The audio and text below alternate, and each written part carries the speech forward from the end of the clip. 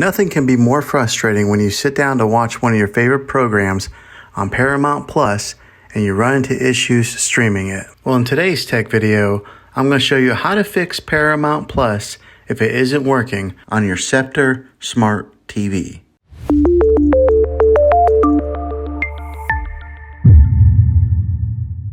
Let's see if we can fix your problems and get your Paramount back up and running as quickly as possible. The first one, it's the easiest one to try, and that's to unplug your TV from the wall outlet and wait 60 seconds. Now don't be impatient here, wait the whole 60 seconds, then plug it back in. This is very different from turning your TV on and off with your remote control. This is what we call a hard reset of your TV, so make sure you do this method. If that doesn't work, then find your router that is giving you Wi-Fi and unplug the power to that for 60 seconds. Then plug it back in. If it fixes it, great. If not, let's go ahead and move on to the next method. Try deleting Paramount app on your TV. Go to wherever the apps are located on your system and remove the app altogether. Then reinstall Paramount app again. After you reinstall it, you might have to log back in with all of your credentials, but hopefully this will work. And if that doesn't work, then I recommend buying an affordable Roku stick, Fire Stick, or Apple TV 4K.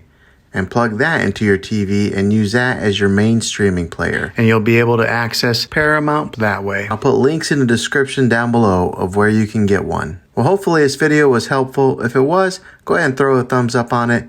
Go ahead and subscribe to my channel. I make tech videos all the time, and I would love to have you back in the next one. Take care.